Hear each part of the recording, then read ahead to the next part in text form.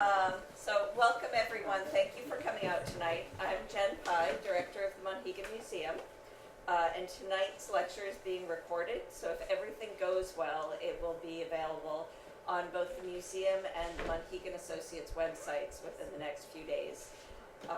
So before we start, I'd like to thank the staff and board of the Monhegan Associates and the Monhegan Museum of Art and History for collaborating on this ecology lecture series, and also some workshops to go along with it this year. We'd also like to thank the Monhegan House for their generous support of this series, and all the members of the Monhegan Associates Ecology Committee and the museum staff for organizing this, and especially for Jim Galvin, who is dealing with all of the technology and recording this.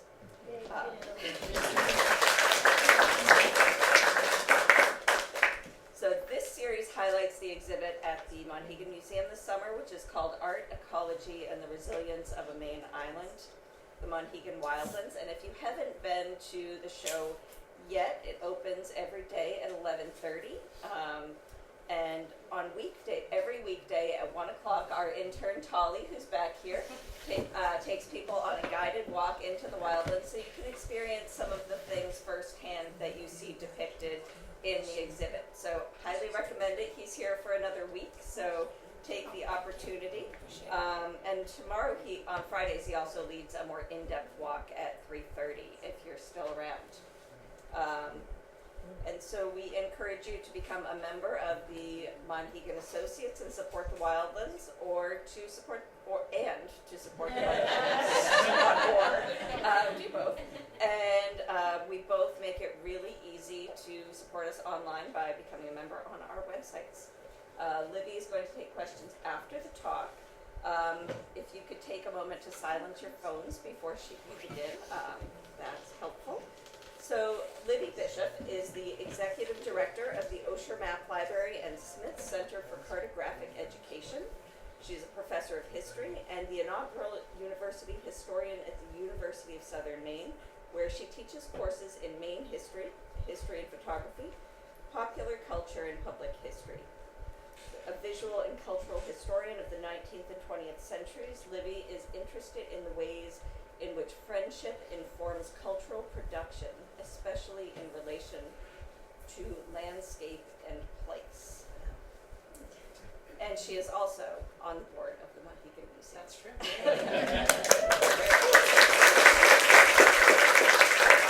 So tonight, Libby is going to give us a glimpse into how the island has been mapped over time by both residents and visitors, with an emphasis on fishing, marine life, walking trails, wildlands, artists' haunts, and over the past century, tourism. So now, please help me welcome Libby Bischof.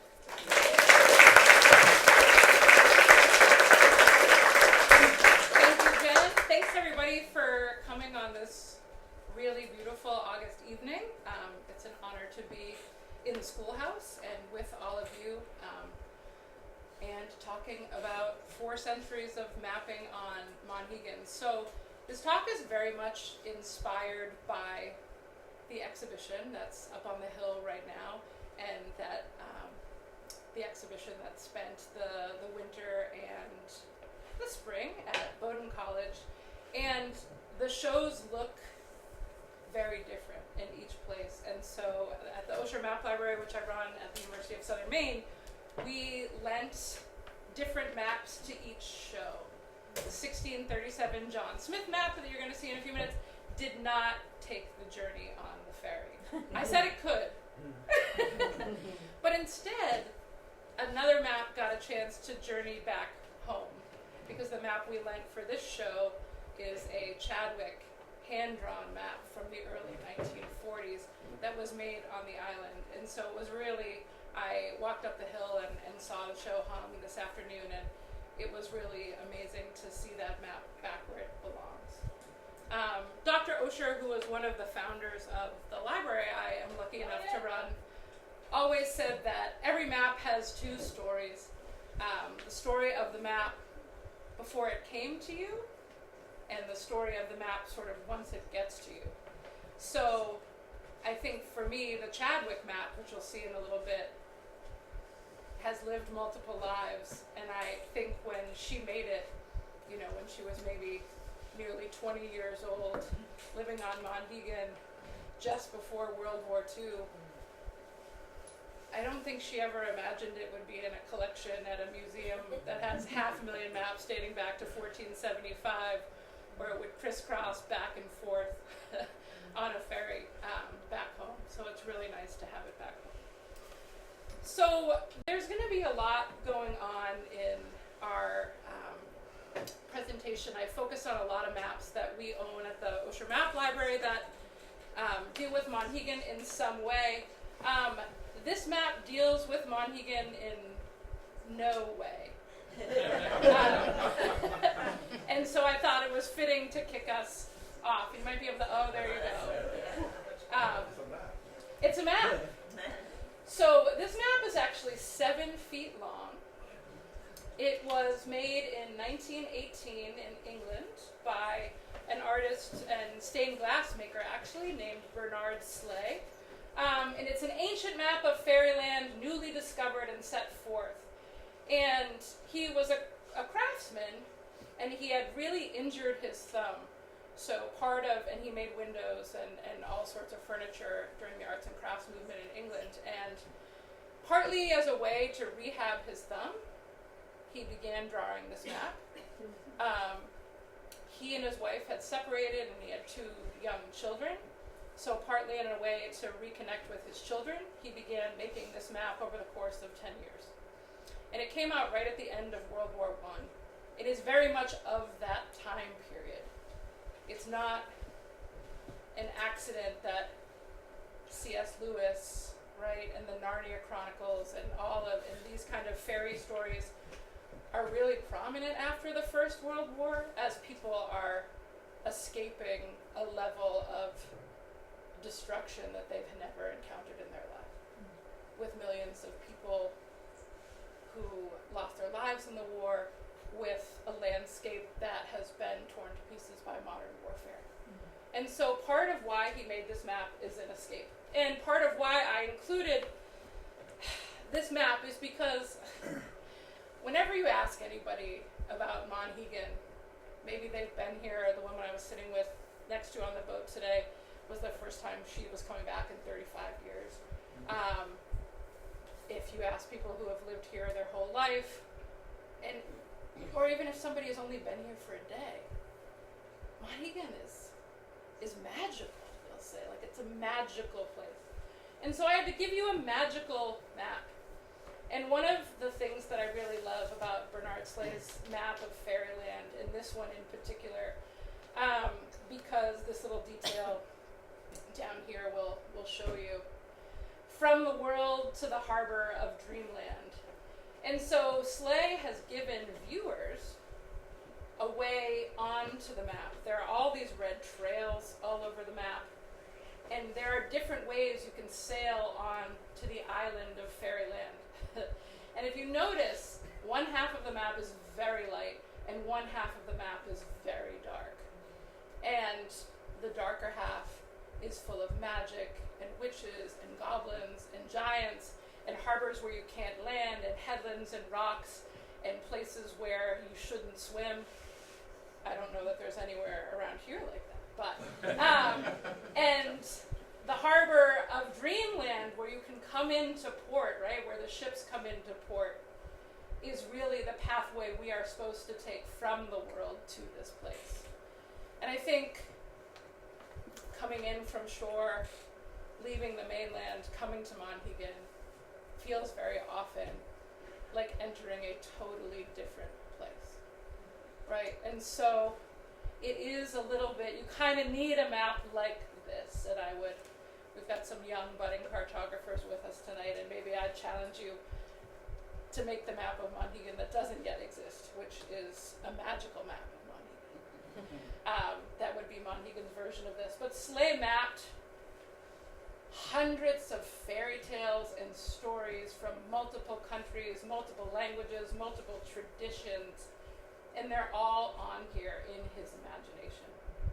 And it's really a map to get lost in. in an invitation to wander. And most maps in some ways are an invitation to wander. And so we'll talk a little bit on the maps that we look at together tonight, a little bit about what the purpose of each one was. You always have to ask some basic questions when you encounter these kind of maps. Who made it? Why did they make it? Right? How was it intended to be used? And was it used in the intended way? And for me, as a cultural historian who has literally the worst sense of direction you will ever encounter, there were like 3 ways to get home from my high school to where we lived in Hopkinton, Massachusetts at the time. And I'm the oldest of 6 kids, and my brother would be like, how do you not know which way to turn? We go every day in the morning, and we come home. Why are you still asking me if it's a left on School Street? Like it always is. So I am never reading maps for directions. That is not a thing that's happening with me. But maps to me are an invitation. They tell us so much about the time period in which they were made and the people they were made for and why they persist. And so I kept looking for Monhegan on the map. And I would argue, and many actual cartographic scholars would likely disagree with me, but I definitely make this justification when we're buying new items for the collection and someone's like, that's a photograph, that's not a map. I bought a phrenology chart this morning and someone was like, that's not a map. I was like, that's a map of the brain. So I'm always arguing that different things can serve as maps, and so I will open and close, in particular with a poem. The show Up the Hill is so much about trees. Now, if you came to Barry's talk, he's here. You can ask Barry any questions about trees. Do not. I like oaks, but don't ask me about trees. I won't know the answer.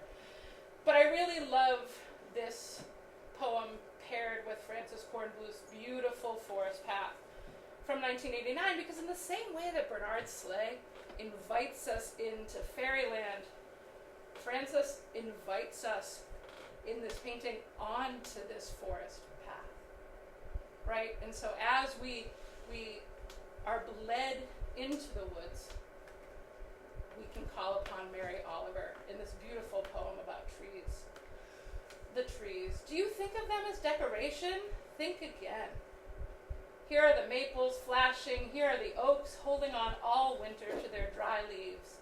And here are the pines that will never fail until death, the instruction to be green. And here are the willows, the first to pronounce a new year. May I invite you to revise your thoughts about them? Oh Lord, how we are all for invention and advancement. But I think it would do us good if we would think about these brothers and sisters quietly and deeply, the trees, just holding on to the old holy ways. On early survey maps of Maine and elsewhere, the most common boundary markers that you will see are trees. The beech, the maple, the oak, the elm, the ash. As if the people doing the surveying in the 1700s and 1800s and making these legal documents just thought those same trees would always be there. Trees are directionals. They have been for people since time immemorial, right? People notch trees. And so in their own way, trees invite us in to look at the map. So I picked my favorite map of Monhegan first, and I'll tell you why I'm partial to it. Also, I will tell you, obviously I'm not from Monhegan, so it's fun to go to places and talk about the place and then get on a boat. And then you can fight about me and it later. But I like Ruth Rhodes Lepper's map of Monhegan that she made in 1980, largely because I like Ruth Rhodes Lepper. A lot of my work on map makers, I'm really interested in women who made maps. So that's a big collecting priority for us at the library. I could collect maps made by women until I'm already gray, but till I'm very, very old, and never achieve parity in the collection. And people think, well, women have made maps for hundreds of years. Women were the earliest map colorists, even in the 1500s and 1600s, applying hand color to maps. But Ruth Rhodes Lepper was trained by the Navy in World War II as a draftswoman, and she became a cartographer and a graphic designer for the rest of her life, and she lived to be 107. And lived on Southport Island here in Maine. And so in Southport, she made these maps, and this particular one of Monhegan, I circled some things that you start to see on all the maps, right? So when I sort of think about this talk from Lighthouse to Cove and Whitehead and everything in between, she names all of the rocks. She doesn't name the rocks. She looks at previous maps that have done Monhegan. Maybe she comes here, right? And the headlands are named. And this is a pictorial map. It's decorative, right? Maybe don't take this out on the boat with you to get from one place to the other. That's not its purpose. Its purpose is to be of this place. I saw dolphins on the boat today on the way out. We were told, cajoled really, that the morning boat saw a minke whale. We did not. But if you're on the early morning boat, maybe you did. But you've got the whale, you've got the dolphins, you've got the ships of all kinds, you've got the lobster, you've got the day boats coming in, you've got the foghorn and the bell and the lighthouse and when it was established, and Cathedral Woods, and many ways in which we come to know and understand the landmarks of this place. And for Ruth Rhodes Lepper, these were indeed the landmarks of this place. And at the very bottom, she did this beautiful sketch, and she would have been here to do the sketch. So for many years, she traveled on the boat that would bring books to schools, that would bring church services from island to island, the Seacoast Mission. And she did so many sketches from those boats. So here you have her doing the sketch and then taking a David Ingram quote from 1569, a great island that was backed like a whale. And so when you start to map Monhegan, as I was doing in a very flat way earlier, my map drawing is also subpar, but you'll get the gist. That two-dimensional Monhegan doesn't really do the trick because it's so varied, as anyone knows who walks it, in its heights. Like my little friend that was walking next to me earlier and said, "Mom, I miss cars." I miss cars. So one of the things I want to think about today, and this is going to be an invitation later in the talk, is I've been thinking a lot lately about mental maps. And I was a kid who moved a lot, right? Like 13 times, year after year after year after year. Maybe that's why I have zero sense of direction. Who can say? But when people come to the map library to visit, they usually want to see two things. They want to see the thing that's the oldest, and then they want to see home, whatever home is to them. Do you have a map of this place where I am from? I want to see this place where I am from. I want to see it in either a familiar way to me or to know it anew through someone else's design. And so if you go back to the place of your youth, it's hard to go home again. It's really true. Because it doesn't necessarily look like the place you left. And you look around. I went to Boston College. It's been 25 plus years since I graduated. I go back and I walk through the dining hall. I'm like, this isn't, where are my friends? I mean, they have jobs and families. They're not there. You know, where is, I threw hammers. Like, where's the hammer throwing circle? It's paved over for baseball. Like, fine. Not really. But it isn't, you know, there's so many new buildings. It doesn't look anywhere like the place I went to school. Except for a few places on campus that are far more timeless, which they never touch. Right? And so there I can feel like, okay, this is the place where I spent so many years. And so a mental map is really your perception of a place. It maybe includes the physical characteristics, the rocks, the trees, the boundaries of a neighborhood, the attributes, if somewhere is safe or unsafe, But it's a psychological construct. But it also might be rendered as an actual map. And I think even maps that we trust are both psychological constructs and actual maps. They are someone's rendering of a place. So here is my mental map of Monhegan. So it's so good. But it's mine, right? And so this is a place that was introduced to me by a longtime colleague and writing partner, Susan Daly, who invited us out for a week when my son was 5, when he wasn't complaining about there being no cars. Now he's 13, he complains about no cars. And I've come back out as a board member, I've come back out to hike, I've come back out just to be. But for me, it's just such a good picture of the Lorabee, it looks exactly like that. But for me, it looks like that because my favorite way to sit on the boat is on a crate when there are no seats left. Like, I love that, actually. The flowers are trailing behind because I think that is the most beautiful tradition, right? To ensure that you'll return. The dock's the dock. Kids are jumping off it all the time. I just ate some fish tacos like half an hour ago. I swim on one, I get sea glass on the other.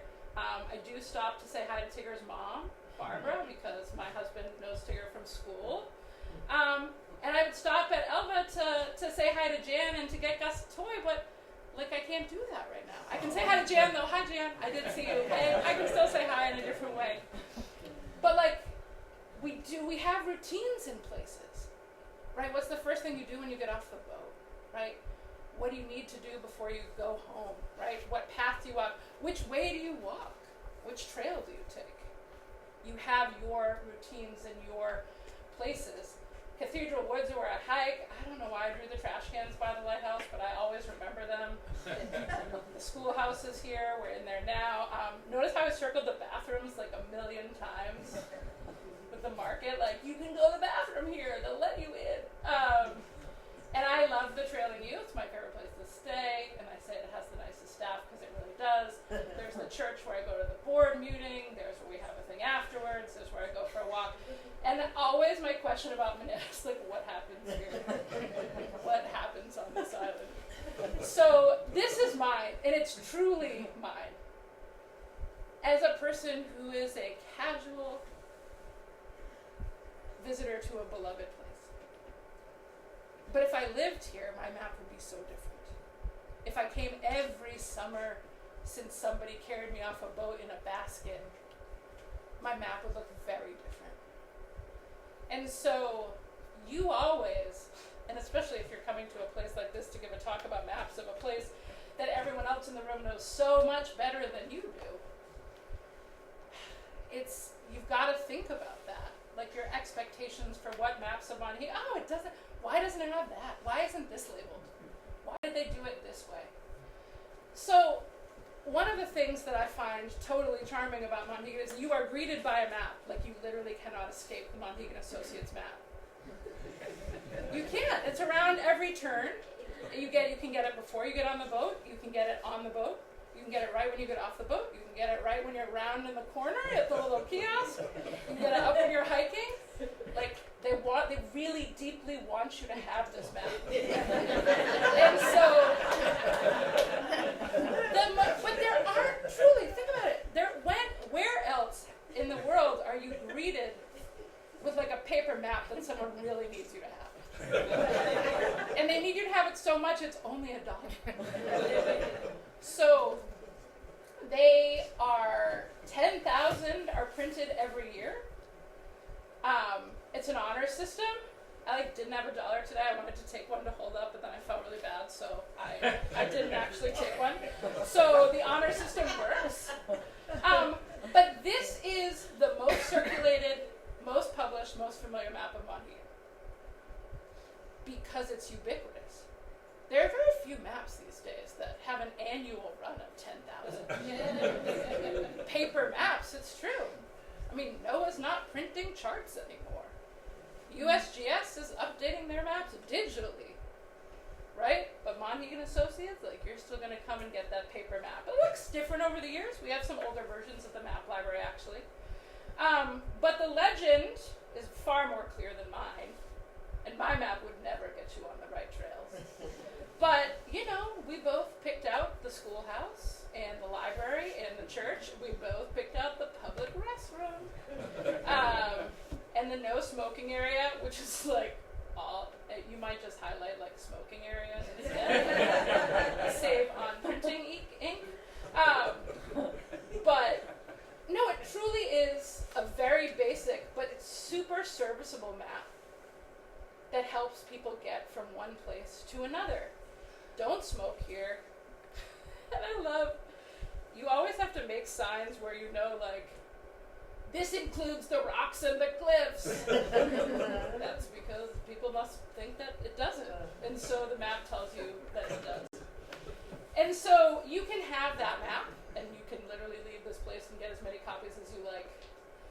This copy, this map, there's only 2 left, and one of them lives at the Osher Map Library, right in Portland. Come see it. So this is Sir Robert Dudley's second general map of America from 1646. This always is like going to sound like a flex, so we have the bigger version and the little version. But this is the reduced version, and this is the earliest printed sea chart of the east coast of North America, made by an Englishman, and the first that uses the Mercator projection. And so the earliest printed sea chart of the east coast made by an Englishman, you are indeed on the map.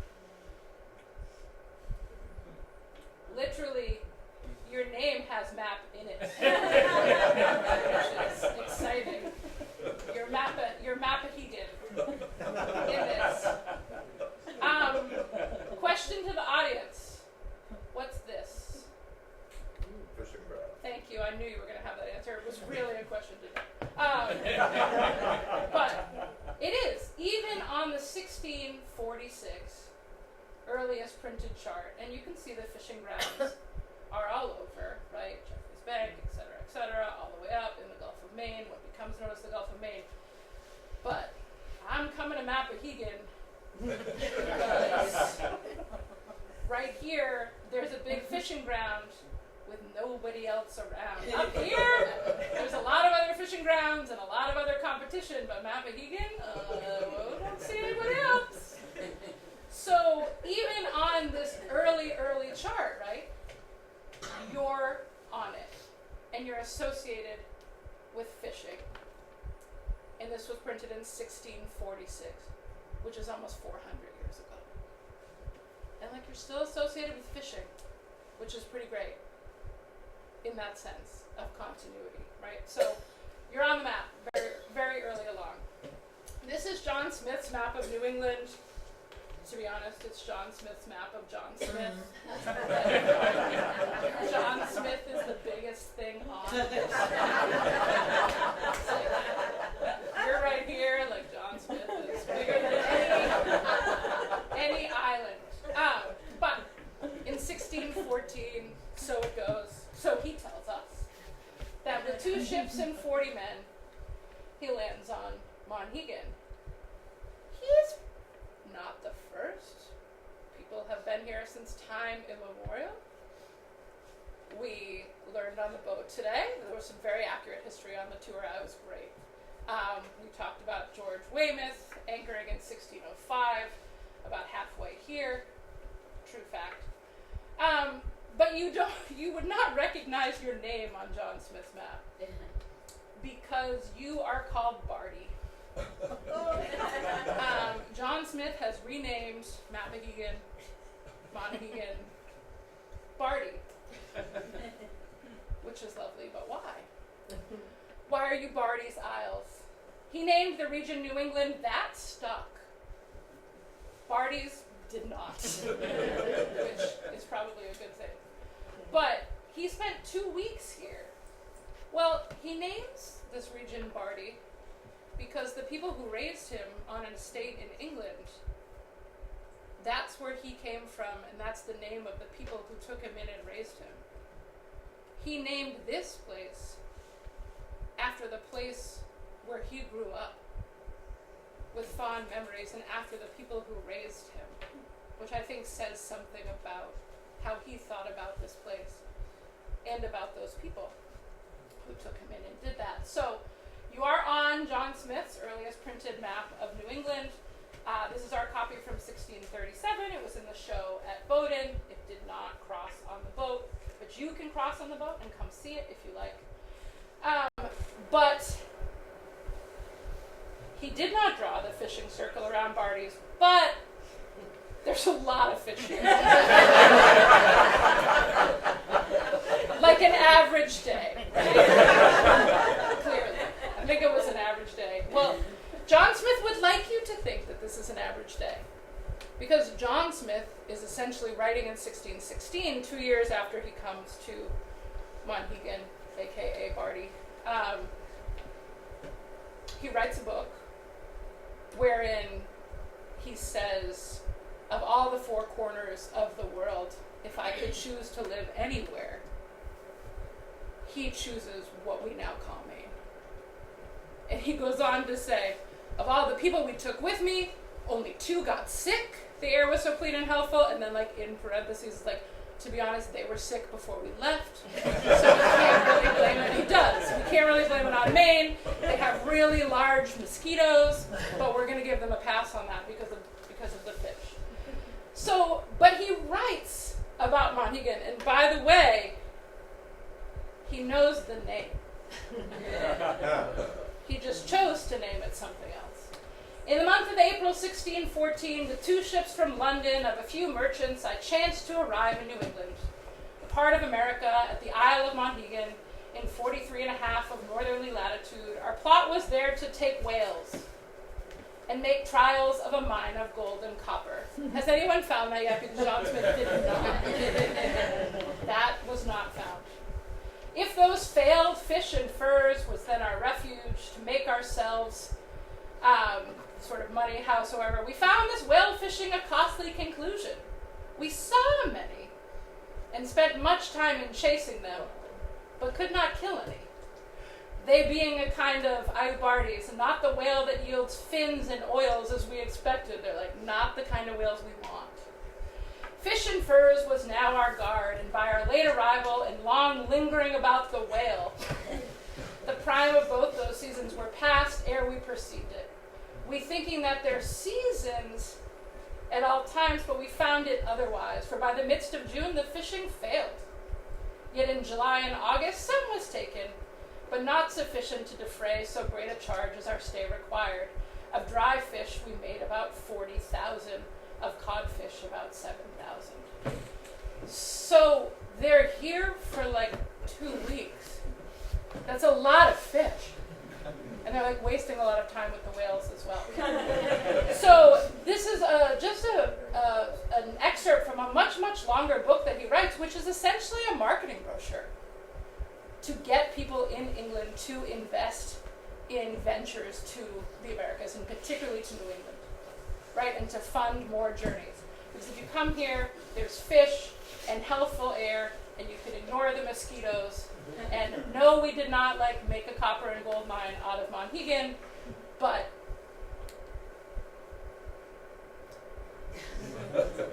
we found the fish. And right outside on your way out, if you haven't taken time to read the plaque, this is an anniversary that has been marked on this island. This is the tercentenary, the 300th, the fort, the 400th was marked in 2014. This postcard was sent in 1917, so just after it had gone up. And so John Smith's visit, brief as it may have been, in many ways put Monhegan on the map, right? Because he called it out. And his book is pretty widely read. You are more likely to find Monhegan on a chart than on a map, which makes a lot of sense because it's an island. And charts are for traveling water, and maps are for traveling land. And so if you look at this chart, which is by Joseph DeVars, who is the most elegant of chart makers. He was the hydrographer to the King of England, And he made a whole series of charts and put them in a book called The Atlantic Neptune right around the time of the Revolutionary War. And they're super detailed and very accurate, so the British Navy could come here and win. Which they did in Maine. They burned Falmouth down in 1775, now Portland. Machias got the better of the British, however, which was a great story of a scrappy place. But on these elegant charts, Monhegan is right here. And makes an appearance, and Seal Rocks. So you're there, you're on the map. I like to distinguish in this little interlude, thinking about the differences of maps made of the island and maps made on the island, and what they assume knowledge of. So some of my favorite maps that are in the collection of the Monhegan Museum are these maps of artist studios that are made over time. And there are so many of the artist studios then and now, but also so many of these maps that these may have one time outnumbered the Associates maps. No longer. I'm issuing a challenge for next summer. Can there be more artist studio maps? We'll see. But this is sort of, you get off the ferry, here's who you can come and see, and here's your journey to find them. It is still the shape of the island, without the island there. And on Monday, you can visit these folks, and on Tuesday and Wednesday and Thursday, and daily, Ted Davis and Alfred Fuller will welcome you every day. And Nicholas Louisi, don't even, just by appointment. Which, maybe there are stories there. So 1964, 1974 is a much more detailed, now you get actually the shape of the island. The artists now you get little stars to who's open daily, who's open by appointment, and you get to put yourself on the map because then you get to note on your own map the studios that you visited, right? So to annotate it in a different way. And again, you can see somebody every day. Ted Davis still holding strong. You can see every day. Not as much time as 10 years before, but you can catch him every day. And again, you see the map changes just a little bit. This one's from 1985, by appointment only, Ted Davis. I'm telling you, still and more, 2 hours a day. I mean, we've done 30 years of Ted Davis every day, which is amazing. August only, but they're directionals, right fork on the top of the hill, path to the left. There's not too many places you can give directions like that. Right? Go up to the top of the hill, take the left-hand path, come into my studio, be invited into my home to see what I'm working on. This is a very intimate map of the island that is mapping artistic production, but also a tradition of welcoming people in, right? Of wanting to see that in the process, which is really amazing. And depending on what day you came out, depended on who you might encounter. And this was still going strong in 1994. A lot of people, Saturday was a busy day in the 90s. And notice on the map now you are cordially invited to visit these studios at prescribed times. Underlined twice on the same map, which is telling you the unspoken, you are not invited to visit these studios at times that have not been prescribed to you. But they're really amazing. This is 2023. And again, you get more of the whole island again. And the different studios and who. My favorite way to visit someone is by chance. So those are my favorite. Lobster Cove Road, right at the fork, then bear left, look for a sign. I mean, truly, there are not many places in the world where you're still giving directions like that. By chance, by appointment, turn left downhill towards the meadow. Follow the signs. Okay, what if I've never been here? What's the meadow? But wait, there's the meadow, right? So you can look at the map and have all of these adventures. And so the maps that are produced on island as a welcoming in and to highlight the artists working are very different than the maps produced off island. I will have you notice a pattern about Monhegan. You're often on the map, but barely. You're always on the margins. Lincoln County could barely fit you. So this is the topographical map of Lincoln County from actual surveys. These wall maps were the most popular form of maps in the mid-19th century. They were actually sold by subscription. So if you wanted one of these maps, you had to subscribe $1 to $3. The more expensive versions were hand-colored, as this one is. If you wanted your house on the map, so this map would have cost about $1.50, $3 colored in 1857, which is still a sizable investment. It's big. It's much bigger than it is on the screen. It's about 5 feet by 7 feet. So if you wanted your house or place of business illustrated on the map, that was a $60 investment. So if you see houses on these maps, it's because the people paid to have the house on there.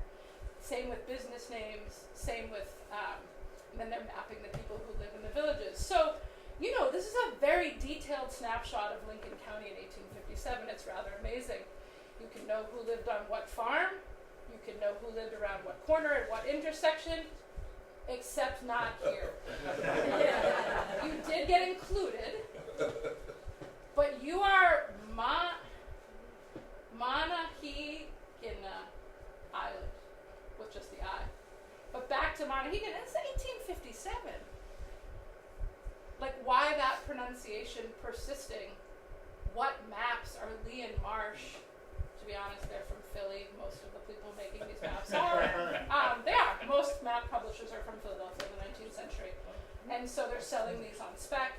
But they clearly went to all of these other places. They did not come here. Because I guarantee you that more than 0 people lived on Monhegan in 1857. But you've got Manana, you've got the rocks. Oh, we have Blackhead and Whitehead. We have like a little more detail. Do you have a river? Or is that just like, I don't know. I've never seen one. So, I want to just show this chart because it's particularly beautiful and kind of a different look than some of the other ones. This is an 1877 chart by A.D. Bosch and Benjamin Pierce. So Bosch didn't just make like typical sailing charts. He also went to all of these locations and he usually hand-painted watercolor version of the headlands that were also printed on the charts. So Monhegan is very much on this chart by someone who was here and mapped the coast. These are all the depths. You can see all the headlands. You can see the light very prominently. Obviously, that would be very important to someone sailing a ship, as with the fog sign signal, which is a trumpet. You know, was it a trumpet? Did it sound like a trumpet? It's just sort of interesting here. You've got the harbor and the rocks. But if you look at the bottom of the chart, and this is a close-up, you have these really beautiful renderings. And this is the view from the eastward of Monhegan Island, light bearing west-northwest, distant 4 miles. So if you're sailing from 4 miles out, this is what you will see. The headlands with the lighthouse at the top of the hill, Burnt Island, Allen's Island. This is what we saw as we were on the ferry today coming out, right? So this isn't just the map and the way to sail and marking your bearings, right? This is also, what does this place look like when it comes into sight in a really elegant way. Now, this is a fishing map that's published. This is Fishing Grounds near Monhegan in 1887, chart number 9.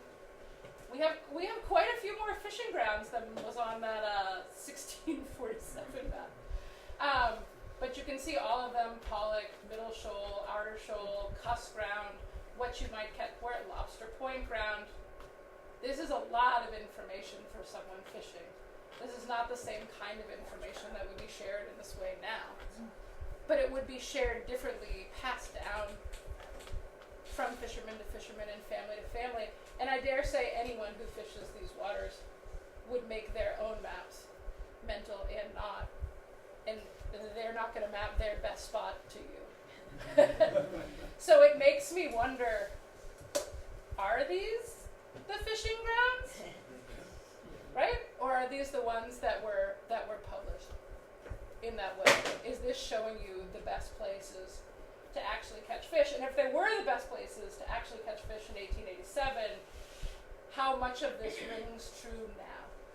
Are they still the fishing grounds? How have the fishing grounds migrated over time? And the maps can sometimes help you track that, but they're never going to help you track that more than the knowledge of the people who work the waters. Right?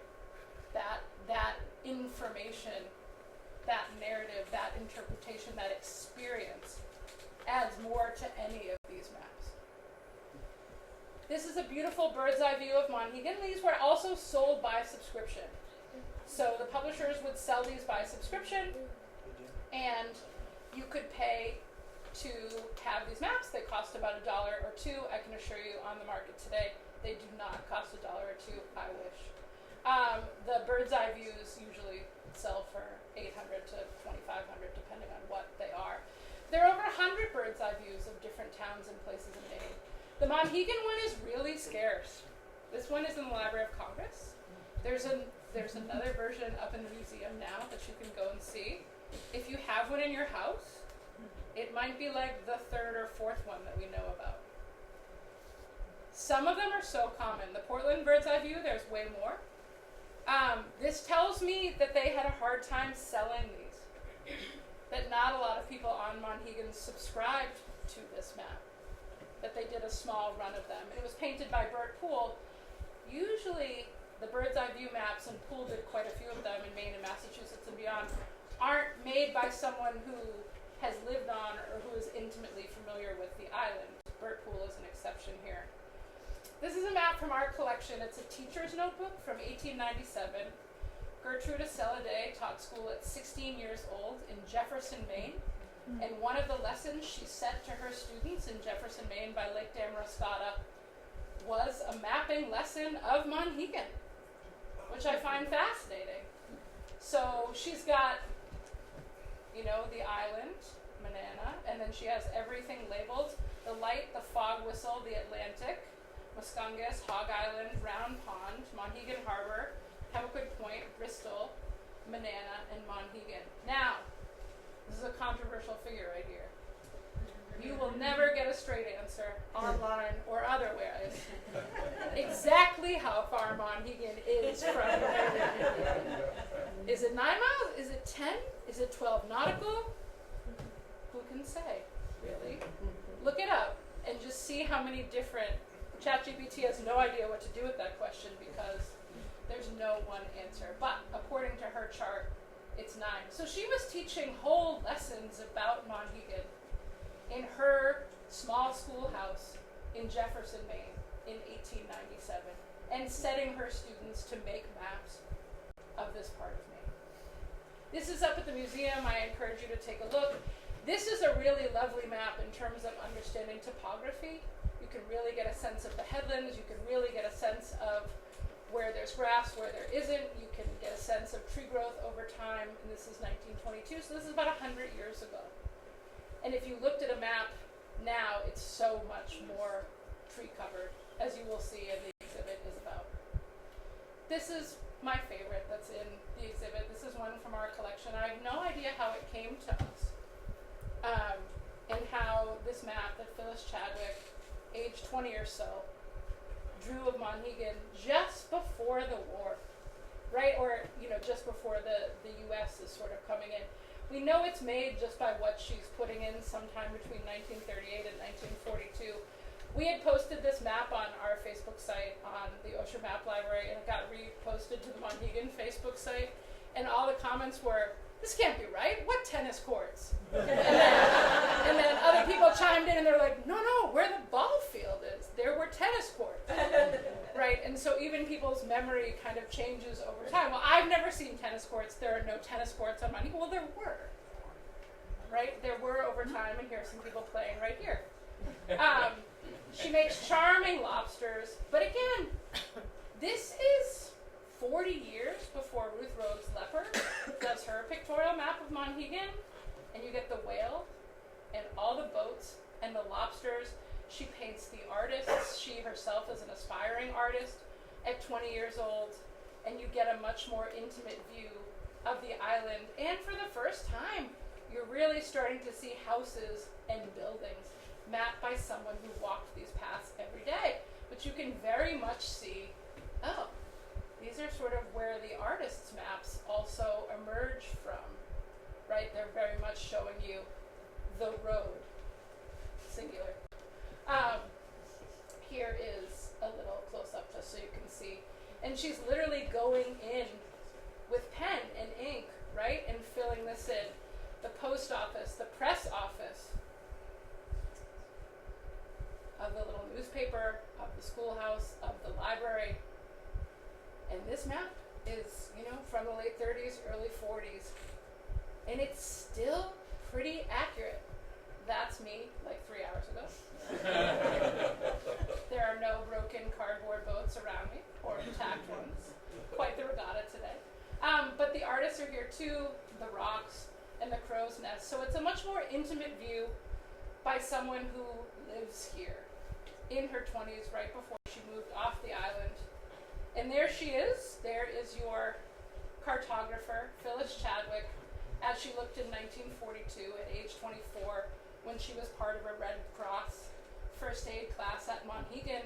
Monhegan had a super active Red Cross during the war because there was quite a worry that there would be shipwrecks or there would be submarine battles and things like that. So the islands in Maine were highly trained.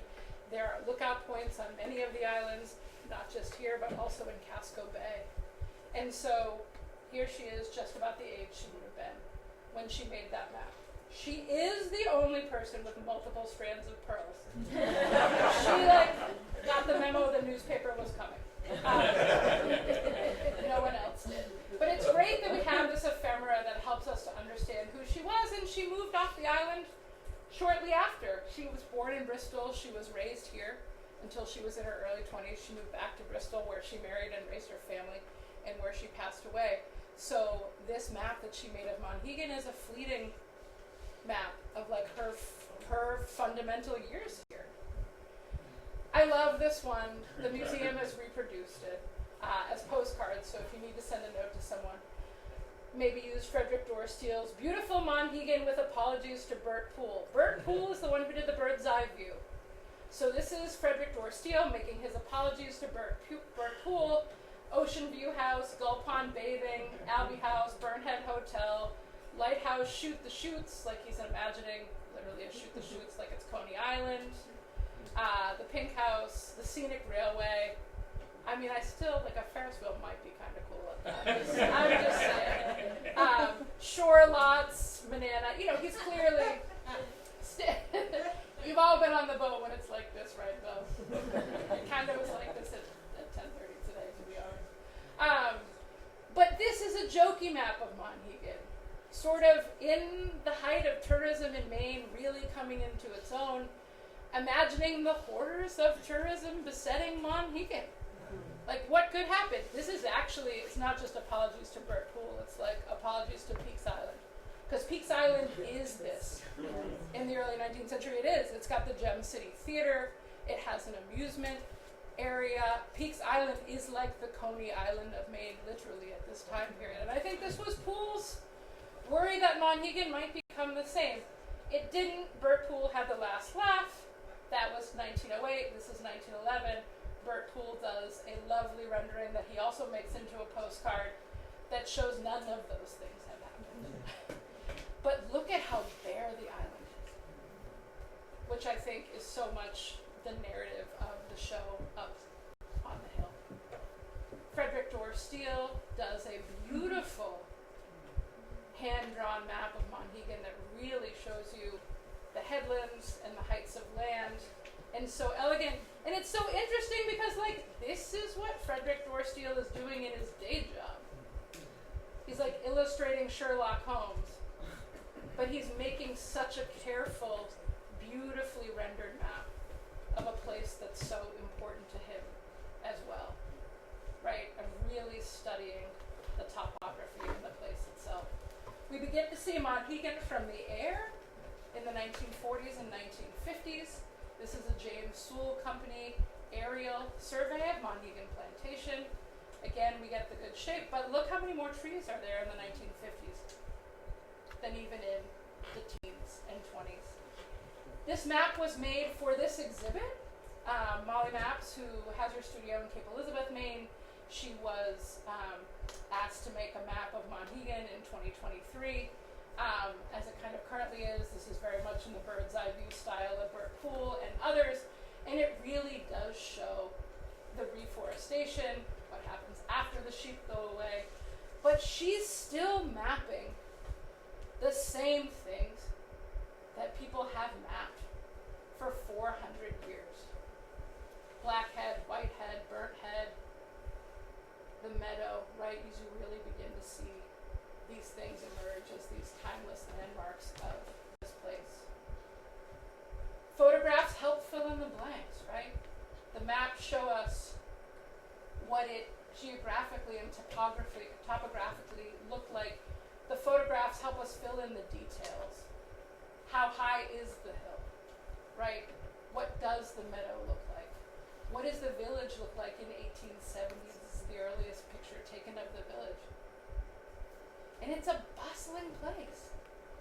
And it doesn't look that different, which is pretty remarkable. I think Geraldine Tam's botanical drawings are maps. Maps of this place, maps of species, maps of the diversity of wildlife that can be found here on this place over time, elegantly rendered as symbols of place. These aren't flowers that came from somewhere else that were then studied. These are of this place. They are a map of the daily ins and outs and of the seasons. So I want to close by reading two things. One is Ted Edison's President's Report from August 1957. And I just want to call out one line, and this is not the whole President's Report. That would be cruel. It is undoubtedly almost impossible for people living on Monhegan to realize how much a feeling of Monhegan's permanence can mean to a city dweller. Because changes on Monhegan have been so slow that permanence may be taken more or less for granted. In contrast, millions of people who live in suburban areas are now seeing the few remaining quiet woods and marshes disappear, and their very homes destroyed to make way for housing developments, superhighways, and other elements of what is termed progress. In my own case, and he's talking about New Jersey, right, things are changing so much at home that I almost feel as if I had more anchors with the past here than there. And that is one reason why I am devoting so much time, effort, and money to this project. This project being the conservation of lands, of the wildlands, of not having that land developed. And that I really am continually struck by his notion of he comes here because he has more anchors with the past. He can't find the past in New Jersey. It's only the present and future, always changing, leaving him anchorless, right? Rudderless. But here he can anchor and work to ensure that generations to come can do the same in this conservation. And I think that's true now. As people come, even just for a day or an overnight, to a place where they can't drive, they have to walk. Your phone doesn't really work, and that's great, unless you live here, and it's not. So I'm going to read Adrian Rich's What Kind of Times Are These? There's a place between two stands of trees where the grass grows uphill, and the old Revolutionary Road breaks off into shadows near a meeting house, abandoned by the persecuted who disappeared into those shadows. I've walked there picking mushrooms at the edge of dread, but don't be fooled, this isn't a Russian poem. This is not somewhere else but here. Our country moving closer to its own truth and dread, its own ways of making people disappear. I won't tell you where the place is, the dark mesh of the woods, meeting the unmarked strip of light, ghost-ridden crossroads, leaf-mold paradise. I know already who wants to buy it, sell it, make it disappear. And I won't tell you where it is, so why do I tell you anything? Because you still listen. Because in times like these, to have you listen at all, it is necessary to talk about trees. With this beautiful Bridge to the Woods, 2008, which is again an invitation into the painting, into the work, because you still listen when we talk about trees. And that's what you get to do at the museum this summer, right? Is to hear a lot of people through multiple months come and talk to you about trees and maps. But because we're talking about trees, there are people who are still listening to those echoes. So this is my invitation to close. I made really great outline maps of Monhegan. They're not that great, but I am curious if there's folks who are willing to make your own mental map of Monhegan. I really want to understand the mapping of this place by people of this place. What does your Monhegan look like? Who or what goes on your map? What or who gets left off? Because we talked a lot about what gets put on, but people make choices. People get left off. You might think of it as a memory map. So there's maps, there are some photocopied maps on the way out on the little blue shelf. And if you grab one, and if you fill in some blanks or sketch it out or use it as an inspiration to draw your own, you can just drop them off at the museum. And I'll see them and get them there. Because I think the more people who think about mapping this place, it gives people more of a chance to think about your long-standing or brief connections to this place and what it means. And so much of these maps are what a place means to a person at a given time. So thank you very much. Thank you.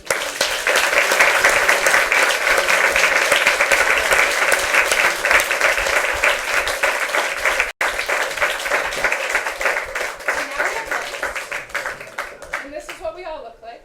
And this is also the part of talk where, like, if you need to go home, no worries. No one gets offended if you get up and, like, go out a door. But I'm also happy to answer any questions people have or chat outside by the picnic table later. Yeah? 1896, the bird's eye view maps. Were they up in balloons? No. So they're not, and we have a very funny newspaper article from another Maine island that tell us a lot about how they were made. So one of the bird's eye view map makers in the 1890s goes to Monhegan. And he is walking the street with scrolls of paper, and he is drawing every house by hand, taking all of those sketches, bringing them back to the studio, and superimposing it using actual maps of the place from an imagined bird's eye view. There are balloon view maps. There are balloons used as like aerial surveying as early as the Civil War. You're starting to get that. There are a couple balloon view maps from the 19th century. But most of the bird's eyes that you see are imagined perspectives. And we know this because the paper, like 2 weeks later, is like, guys, we finally found out who that stranger was walking around the roads of our island and what he was doing. He was making a map. It was so funny. Like, they printed it in the paper. They're like, this rando is walking around sketching. Now, on Monhegan, that would not have been nearly as suspect. But on Monhegan, people were not walking around sketching to the same extent that they were here. So no, and we can, in a lot of different archives, there's a lot of evidence of the way in which, they're individual. So they're really, again, you're not like sailing your boat by them. But in terms of giving a flavor of a time and a place, particularly the ones inshore, where you can see the railroads that come through town, where the cemeteries are, where factories are forming, they're unbelievable artifacts of a Maine that is industrializing and no longer able to rely on natural resource industries like ice and granite and things like that. And so you really start to see the turn to tourism as well. And it's like right at the moment where that happens. So 1870 to 1905, and then they aren't made anymore. But when they are made, they're really popular. And all of these maps exist of these places in Maine, like Heartland, where you're like, what? My students look at these maps, and they're like, I'm from Norway. I'm sorry, this is like not where I live. I'm like, no, this isn't Norway made in 2025. This is the booming metropolis that was your town in the 1880s. And people are always shocked because there's been so much out migration, and they look so much busier and more bustling in the 19th century because they were, which is also the height of Maine's political power. But no, so they're drawn by hand by people sketching and then going back to the studio and superimposing them. It's a really neat process. Thank you for the question. Yeah. I just have a comment. So I went last September to a history conference at Star Island, which is a conference retreat center on the coast of New Hampshire. And there were two, I'm not going to pronounce this right, Wabanaki tribe members. So their ancestors have been here for thousands of years, and they were deciphering words for us. Because they said that as a native, everything you can see from a canoe has a word. So I said, what about Monhegan? And without hesitating, he said it means tomahawk. So it's the shape of a tomahawk. So I thought that was interesting. It is really interesting and makes a lot of sense. So a lot of there's a beautiful map that the Penobscot Nation made, cultural heritage map, that is in two sides and in two languages. So one is in Penobscot and the other side is in English. And when we use this map to teach and think about a lot of the time, the English map out Indigenous presence intensely all the time on nearly every map. The French rarely do. They're here for different reasons. They're still colonizing, but they're looking to do conversion. They're doing intimate trade. They're not bringing families to settle in the same way. And so on French maps from the 1600s and 1700s, you see Indigenous villages everywhere in Maine, at every confluence, on every island. On English maps, as if they were never there, like very intentionally. So on this, and the English rename all the time. That's the way they claim. But when you look at the Penobscot map and you look at how place names are, they tell you about the geography and the use of the place. This is where the fish jump. This is where we put our cache in the winter. This is where the bad crossing is. This is where you avoid the river, right? And so much of the language of the names of the place is the map, right? That brings you from one place to the next, to the next, to the next. And with the constant renaming and the loss of that understanding, so much is lost. So a lot of the four Sovereign Wabanaki tribes of Maine have been doing a lot of language map work in the past 20 to 30 years to start reclaiming that knowledge, but that intimate knowledge of place and how it's changed over time too. So it's such an important element to all of this. And a lot of those maps are oral. There's some birch bark maps, very few, but from much later. But a lot of them are how places relate to one another and the order that they're in and the stories that are told around them. So I think it's really important to take those into consideration. And I think very soon, hopefully, there will be a rescheduled talk with Donald Soktoma, who's one of the Passamaquoddy tribal historians, and Donald is incredible. So if you get a chance to come to his talk, I really would encourage you to do so. He's so deeply knowledgeable about language and place and can bring more into that conversation from down east. So thank you for that comment. Yeah? This was great. Thank you so much. You're welcome. My mother was the painter of the last one you did, Elaine Yon, and Frances Cargo. They were very close friends, and they were also, both of them, like, very interested in poetry and loved poetry, so I don't know if you knew that. I did not know that. Very sweet that you did that. It was a nice mirror. I'm delighted to know that. Thank you. But also, I wonder if you have any sculptural or 3D maps. There, of Monhegan? Yeah. No. That's a good question if we have any, because we do have, so I would have to look upstairs on the third floor vaults.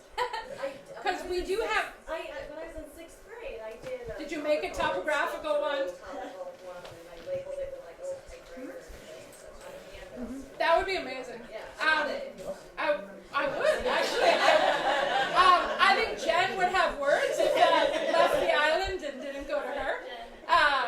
But I do think those topographical maps are really important, and you see a lot in the 19th century. We have the interesting ones in our collection were actually to teach visually impaired students geography. So we have an atlas from 1854 that Samuel Ridley Howe made, pre-Braille, that is all raised, pressed, like relief maps of the country, which is truly amazing. It was owned by a Maine student who went to his school in Boston.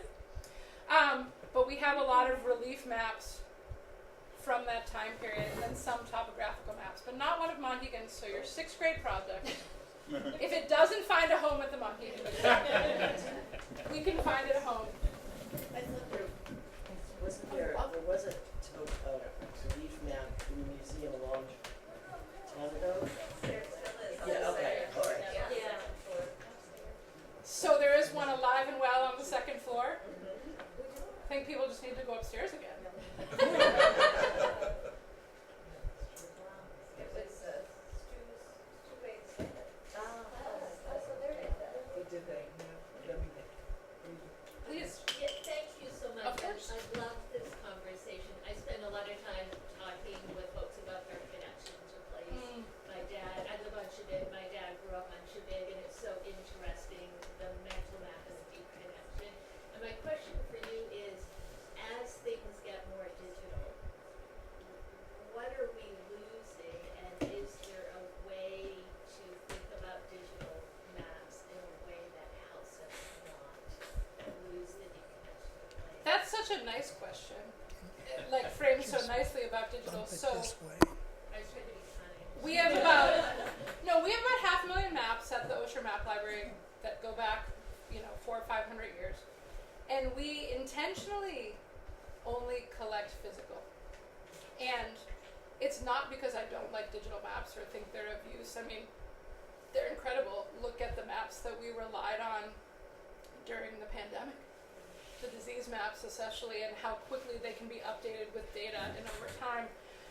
But one of the things I think a lot about now as an historian, where there's a lot of erasure going on, there's a lot of erasure always going on. It's not just in this particular time period we're living in. Place names always change. And people are like, well, now the Gulf of Mexico is the Gulf of America, but it will get changed back. I really want a paper map that says Gulf of America, because I want a map that reflects a change at this particular time. In the 17, 18, 1900s, places changed names all the time. All the time. Like on a whim, often. And we tend to think in the 21st century that they don't, that they were always named these things. And they weren't. So I think one thing that paper maps gives us is that change over time. So it's interesting, we see about 10,000 K-12 kids a year, like 200 university classes a year. And I think part of the reason that the students keep coming back and the instructors keep coming back is because a lot of kids who have grown up in a completely born digital world love the physical and the analog. They can't believe they can touch the things, and they're so happy to, and then they love learning to draw maps and to make maps.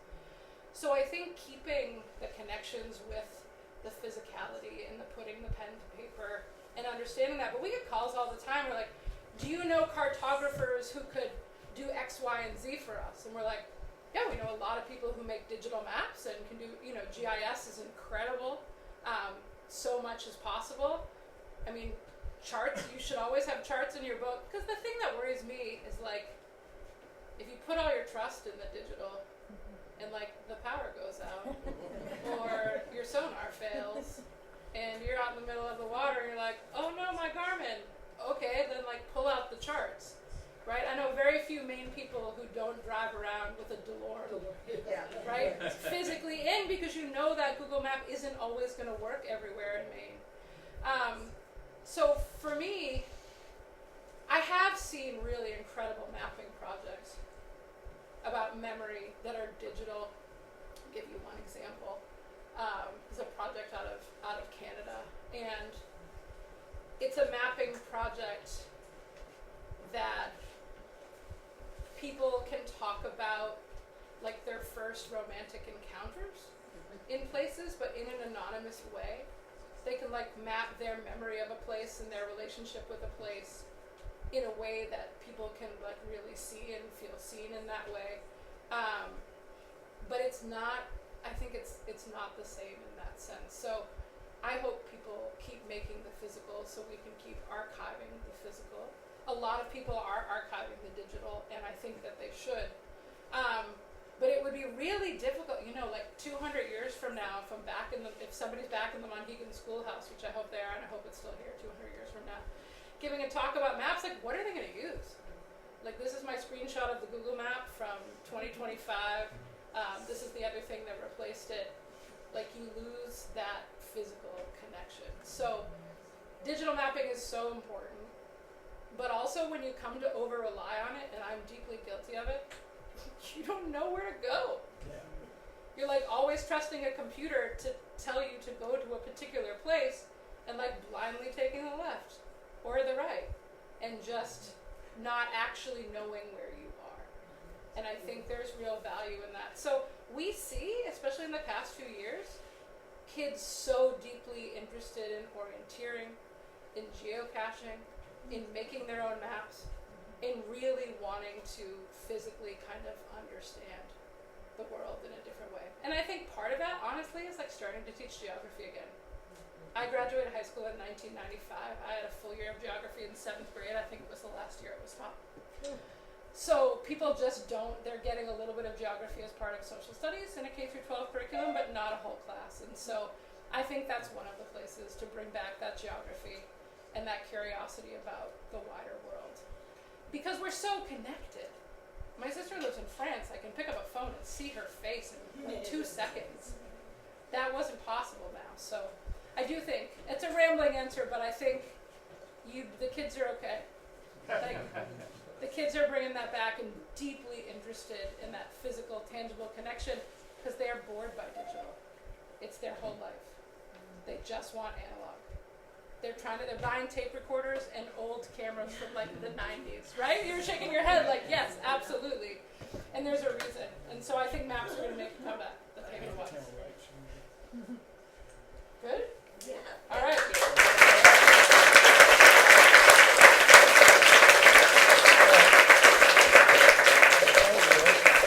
If you want to make a map, they're on the blue shelf.